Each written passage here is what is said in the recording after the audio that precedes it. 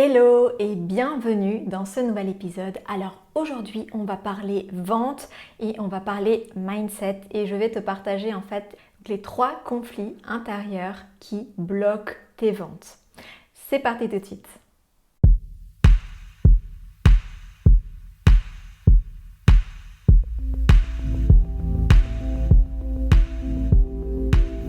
Alors, donc, si tu me connais un petit peu, tu sais que voilà, j'aime beaucoup parler, je parle souvent de vente en fait, parce que c'est déjà quelque chose qui est juste indispensable quand on a un business.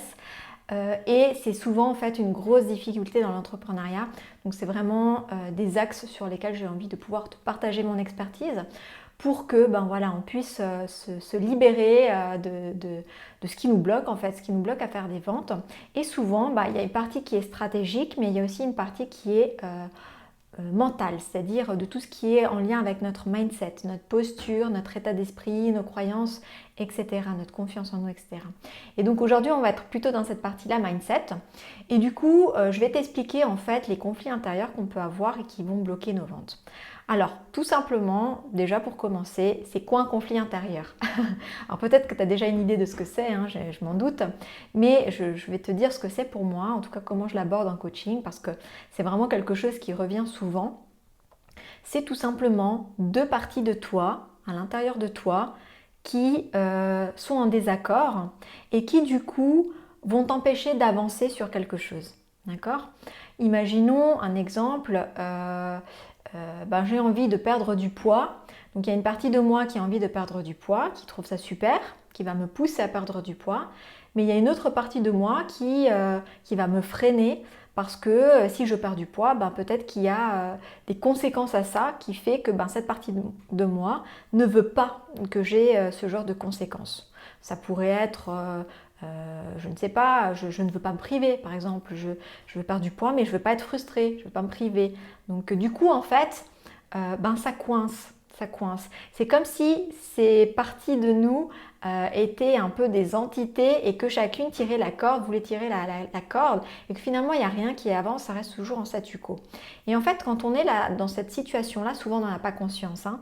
C'est des choses sur lesquelles moi je travaille beaucoup parce que je les décèle très facilement en coaching avec mes clientes. C'est une de mes des choses que j'aime le plus de faire et que voilà, pour moi c'est facile. Mais effectivement, sur soi-même, c'est très difficile à déceler. Mais du coup, c'est très important parce que c'est souvent de l'ordre du subconscient en fait. On n'a pas conscience qu'il y a une force qui nous pousse et une force qui nous retient. Et du coup, tant qu'on est là-dedans, on n'avance pas et en fait, on se sent mal. On culpabilise, on est malheureux, on est frustré et surtout en fait, on a une grosse frustration qui découle du fait qu'on ne comprend pas pourquoi on n'y arrive pas. Alors on va se dire, mais pourtant j'ai fait tout ce qu'il faut pour... Là on va parler de vente, donc on va rentrer dans la vente. J'ai fait tout ce qu'il faut pour faire des ventes, j'ai mis en place des stratégies, et puis je fais des actions, et puis je fais ci, et puis je fais ça, mais pourquoi ça ne fonctionne pas? Et bien en fait, on ne se rend pas compte qu'il y a une force intérieure opposée qui nous retient. Et c'est ça qui va générer des conflits intérieurs. Voilà. Alors j'espère que du coup cette notion est un peu plus claire pour toi. Maintenant, on va rentrer tout de suite dans le vif du sujet avec les 3 conflits intérieurs principaux. Il peut y en avoir d'autres, hein, bien sûr, mais c'est les principaux que, bien sûr, j'ai identifiés. Déjà, je les avais identifiés chez moi, parce que oui, je suis aussi passée par là. Et bien sûr, je les identifie chez mes clientes quasiment à chaque fois. Donc ne t'inquiète pas, si jamais tu t'en rends compte, il y en a qui te parlent, il y a toujours des solutions, c'est pas insurmontable.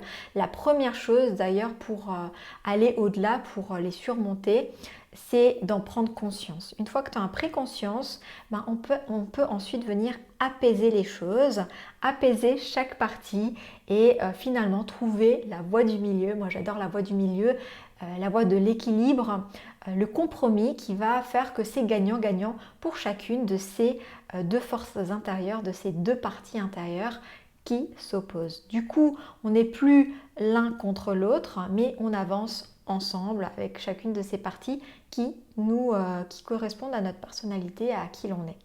De toute façon, ça ne sert à rien de vouloir aller contre ou de vouloir en privilégier une par rapport à l'autre parce que ça ne fonctionnera pas. Ça ne fonctionnera pas parce que en fait, dans notre être, dans notre façon d'être, dans notre personnalité, les deux sont légitimes en fait. Les deux parties de nous qui sont en conflit sont légitimes et on n'arrive jamais à trancher entre l'une et l'autre. Ce qui se passe, c'est que souvent on va trancher avec notre mental pour l'une et notre corps va trancher pour l'autre. Et du coup, c'est à chaque fois un match perdant en fait. Donc pour que ce soit une façon de faire qui nous aide à nous connaître et à aller au-delà de ces blocages et qu'on ne soit pas bloqué par ces parties intérieures qui sont en conflit, c'est d'abord de venir les écouter, venir les identifier et ensuite leur proposer des solutions qui les mettent en accord en fait finalement. D'accord ? Donc maintenant on va rentrer dans le vif du sujet et on va commencer par le premier conflit intérieur classique qui revient souvent. Donc ce que je vois souvent, c'est j'ai envie de vendre, je veux faire des ventes, je veux vendre, mais je n'aime pas vendre. Je n'aime pas l'idée de vendre. Donc il y a une partie de moi qui veut faire des ventes parce que j'ai envie d'avoir un business, j'ai envie de vivre de mon activité, j'ai envie de vivre de ma passion, j'ai envie de vivre de mon talent, etc., etc. Mais une autre partie de moi n'aime pas la vente. Et donc là, qu'est-ce qui se passe ? Conflit. Donc il y a une partie de moi qui va vouloir mettre des stratégies en place, qui va suivre des conférences, qui va regarder, écouter des épisodes, des vidéos, qui va peut-être se former. Et l'autre partie de moi qui va freiner, qui va auto-saboter, qui va dire non, mais... Alors ça peut être de la peur, ça peut être des pensées qui vont dire non mais de toute façon ça c'est pas bien, non mais de toute façon ça correspond pas à qui tu es. Ça peut être une petite voix intérieure, ça peut être de la procrastination. Voilà, bref, tu n'avances pas, tu ne fais pas de vente.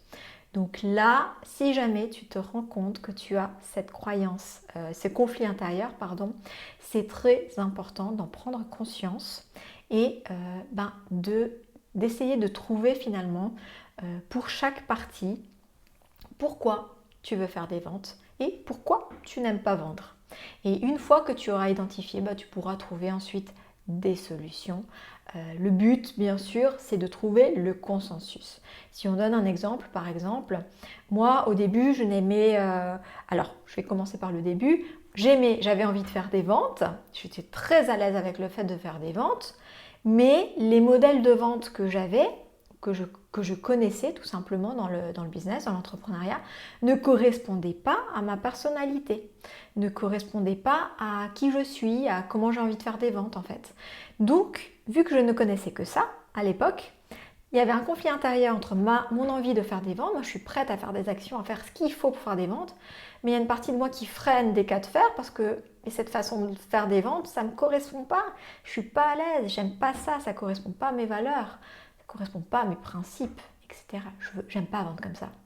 Donc en fait, du coup, le jour où j'ai identifié ça, ce qui s'est passé, c'est que du coup j'ai dit bon, c'est cool, je vais faire des ventes, je vais apprendre à faire des ventes d'une manière qui soit ok pour moi. Et du coup, le jour où j'ai appris à faire des ventes d'une manière qui soit ok pour moi, les deux parties se sont synchronisées, elles ont pu avancer de concert ensemble, main dans la main, elles ne se mettaient plus des bâtons dans les roues l'une l'autre. Et du coup, maintenant, je sais comment faire des ventes d'une façon qui me convienne et je peux faire des ventes régulièrement, récurrentes, etc. Et ce n'est plus un problème maintenant aujourd'hui pour moi puisque je sais comment... j'ai mis la paix en fait entre ces deux parties-là de moi et j'ai enlevé ce conflit intérieur que j'avais.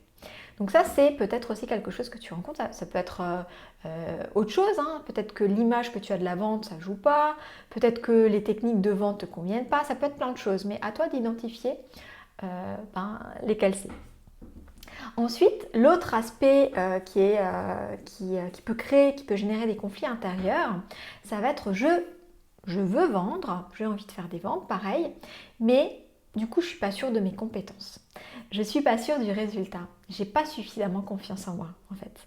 Et ça, c'est le fameux syndrome de l'imposteur qui va venir auto-saboter toutes tes envies de faire des ventes, toutes tes stratégies, toutes tes actions. Et du coup, en fait, si tu es là-dedans, du coup, ça ne va pas être possible pour toi de faire des ventes parce que tu vas à chaque fois annihiler tout ce que tu vas faire, annihiler toutes tes envies, annihiler tous tes objectifs. Et ça, en plus d'un point de vue mindset, c'est un peu un cercle vicieux parce que en étant dans ce conflit intérieur-là, tu alimentes justement le fait de ne pas atteindre tes objectifs, le fait de ne pas vendre et tu vas encore plus manquer de confiance en toi. Donc là, les parties qui s'opposent, ça va être je veux faire des ventes, mais je crois que je ne suis pas à la hauteur. Je crois que je ne suis pas capable de faire les ventes. Je crois que ce que je propose n'est pas suffisamment bien pour faire des ventes. Donc là, souvent, ce qui se passe, c'est qu'on va avoir une petite voix intérieure, c'est ce qui revient le plus. Une petite voix intérieure qui nous sabote et qui nous dit non mais c'est pas assez bien, non mais c'est pas assez si, non mais regarde les autres. Alors surtout si on se compare aux autres, là ça peut être vraiment radical, l'auto-sabotage.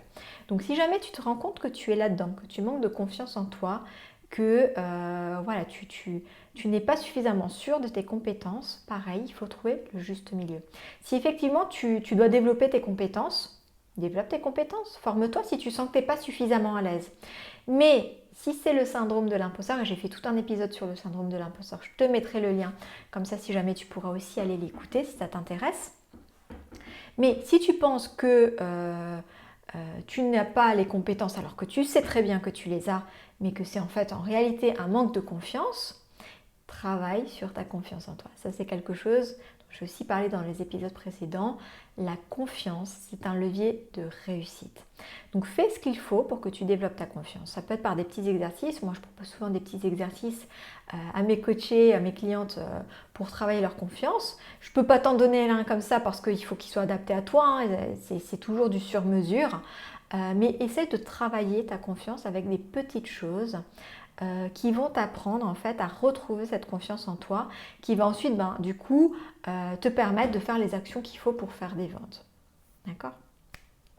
Donc ça c'était le deuxième point. Et enfin le troisième point, le troisième conflit intérieur qui peut venir bloquer radicalement tes ventes, ça va être le fait que tu veux vendre mais tu ne te sens pas légitime pour vendre. Donc ça rejoint aussi un petit peu le précédent, mais c'est un petit peu différent. C'est-à-dire que ça rejoint encore plus le syndrome de l'imposteur, où là on parle souvent de légitimité. Mais en fait, souvent, on est habitué en fait à un modèle qui est le modèle du salariat. Et dans le modèle du salariat, en fait, pour décrocher un job, il faut avoir des diplômes, il faut avoir une expertise, il faut pouvoir prouver des choses en fait. Souvent, ça passe avec un CV, ça passe avec des diplômes, ça passe avec des choses comme ça. Donc du coup, quand on passe dans le monde de l'entrepreneuriat, on reste avec ces concepts-là. Et c'est pour ça que je vois beaucoup d'entrepreneurs qui, par exemple, sur leur site web, vont mettre en avant leur diplôme, vont mettre en avant ces choses-là, alors que franchement, si c'est ce que tu fais, arrête tout de suite, c'est pas ça qui fait vendre. On s'en fout. En fait, en vrai, on s'en fout de tes diplômes. Mais toi, dans la peau de la personne qui est cliente, tu as certainement déjà aussi acheté des produits, des formations. Tu ne demandes pas le diplôme en général à la personne. Ce qu'on veut le plus, c'est souvent des avis, des témoignages, de voir que ça fonctionnait aussi pour d'autres. Ça, je veux bien. Mais les diplômes, en fait, on ne va pas les demander parce qu'on part du principe que la personne, elle a les compétences, en fait. On ne va pas remettre en question, tes clients ne vont pas remettre en question tes compétences. Ils ne vont pas remettre en question le fait que tu dois avoir des diplômes pour pouvoir les aider. Si dans ton discours, tu as su montrer ton expertise, tu as su montrer que tu peux les aider, on s'en fiche de tes diplômes. Ça ne fonctionne pas comme ça en business. Ça fonctionne comme ça dans le monde de l'entrepreneuriat. Dans le monde du salariat, ça ne fonctionne pas comme ça en business. Malheureusement, il y a beaucoup d'entrepreneurs encore qui sont dans ce modèle-là et qui pensent qu'elles doivent prouver, justifier avec un diplôme des compétences. Honnêtement, le diplôme, il est là pour toi, pour apprendre des compétences métiers, pour tout simplement apprendre des compétences métiers, c'est tout en fait, pour apprendre des outils, des compétences. Mais ça s'arrête là, c'est pas ton diplôme qui va te faire vendre. C'est pas parce que tu as un diplôme en PNL que tu vas vendre un coaching PNL. Faux. Il y a plein de personnes qui vendent du coaching alors qu'elles ne sont pas coach. Bon, là-dessus, on pourrait avoir à redire. Parce qu'effectivement, du coup, ça galvaude un peu le terme de coach, etc. Mais au-delà de ça, c'est valable aussi peut-être pour d'autres professions, mais au-delà de ça, le diplôme, il est là pour toi. Pour apprendre des compétences. Ton client, ce qu'il veut, c'est tes compétences, c'est pas ton diplôme. Donc tu ne vas pas le rassurer en lui montrant un diplôme. Parce que c'est pas parce que tu as un diplôme que tu es compétente, en fait. Donc ton client, c'est comme ça qu'il pense. Cool, tu as un diplôme, mais est-ce que tu as suscité mon intérêt? Comment tu vas pouvoir m'aider? Est-ce que tu as déjà aidé d'autres personnes et est-ce que tu as des témoignages de ces personnes? C'est plutôt ça qui va l'intéresser. Donc, si jamais tu te rends compte que tu as besoin sans cesse d'être légitime et que du coup, ce besoin d'être légitime vient freiner cette envie de faire des ventes, parce que tu te dis peut-être, oui, mais tant que je n'ai pas mon diplôme, je ne peux pas faire de vente. Tant que je n'ai pas 5 années d'expérience, je ne peux pas parler de cette thématique. Ça, c'est aussi quelque chose qui revient beaucoup. Je suis qui pour parler de ça? Je suis qui pour parler de ça? Ben, tu es toi et tu as suffisamment d'expertise pour partager des choses. Si tu penses que tu n'as pas suffisamment d'expertise, c'est que soit tu n'en as vraiment pas et du coup, ben, il faut que tu développes ton expertise, soit c'est parce que tu ne sais pas valoriser ton expertise et que tu as un modèle salarié dans ta tête dans lequel il faut avoir 5 ans d'expérience. Ah mais madame, vous avez combien d'expérience? Ah bah si vous n'avez pas 5 ans d'expérience, vous ne pouvez pas travailler dans notre société. Libère-toi de ce poids, tu es ta propre boss. Tu n'as pas besoin de te recruter, d'accord? Tu es déjà recruté dans ton business. Donc, vu que tu es déjà recruté dans ton business, donne-toi toutes les chances de réussir. Fais-toi confiance. D'accord? Ce serait comme si tu es, voilà, patron d'une entreprise, que tu recrutes du monde et que finalement tu leur dis bah écoutez, on vous a recruté mais on va attendre encore un peu que vous ayez des compétences pour travailler avec nous. Ça n'a aucun sens, tu vois. Tu l'as recruté, la personne travaille. Toi c'est pareil, tu t'es recruté, tu étais recruté en tant que ta propre boss, tu peux faire le travail. Ok? Et d'ailleurs, il n'y a personne de mieux que toi pour le faire. Tu dois juste savoir comment le faire. Voilà. C'était les 3 conflits intérieurs les plus fréquents qui bloquent les ventes. Si jamais tu te rends compte que tu en as certains, ou peut-être tous, pas de stress. C'est des choses qui se solutionnent. Je t'ai donné des pistes aujourd'hui pour travailler un petit peu ces axes-là. Si tu as envie d'aller plus loin, si tu sens que tu as besoin d'aide, tu peux aussi me contacter. Tu peux faire un audit business avec moi. C'est offert. Je te mettrai le lien bien sûr dans le descriptif. Par contre, les audits offerts sont réservés aux personnes qui ont vraiment ensuite envie d'avoir des résultats, donc soit de faire un coaching, soit de faire une formation, que ce soit avec moi ou avec quelqu'un d'autre, mais qui sont des personnes qui sont engagées, c'est-à-dire les personnes qui viennent en touriste. Je ne leur propose pas les audits offerts. Oui, je suis exigeante. Mais voilà, ça fait partie de ma façon de travailler. Et je t'invite aussi à être exigeante, entre parenthèses. Mais voilà, si jamais tu sens que tu as besoin d'aide et que tu es motivé à aller au-delà, tu peux demander ton audit offert avec moi et je te mets le lien. Si jamais, il y a aussi la Digital Business School qui va pouvoir t'aider là-dessus. C'est un programme de formation et c'est aussi un programme de coaching. Donc, tu as les deux, donc je te mettrai aussi le lien si tu as envie de regarder. Si c'est quelque chose qui te parle, ça peut aussi venir t'aider parce qu'on parle aussi de ces choses-là en coaching dans la Digital Business School. En tout cas, pour aujourd'hui, c'est tout. Ça fait déjà pas mal. Et moi, je te souhaite tout de bon. N'hésite pas aussi à me partager dans les commentaires. N'hésite pas à me contacter sur Instagram. Je suis beaucoup sur Instagram. Je serais ravie de te rencontrer, d'échanger avec toi. En tout cas pour aujourd'hui c'était tout. Moi j'étais ravie de te partager tout ça dans cet épisode et je te dis à la semaine prochaine pour un prochain épisode. Ciao ciao!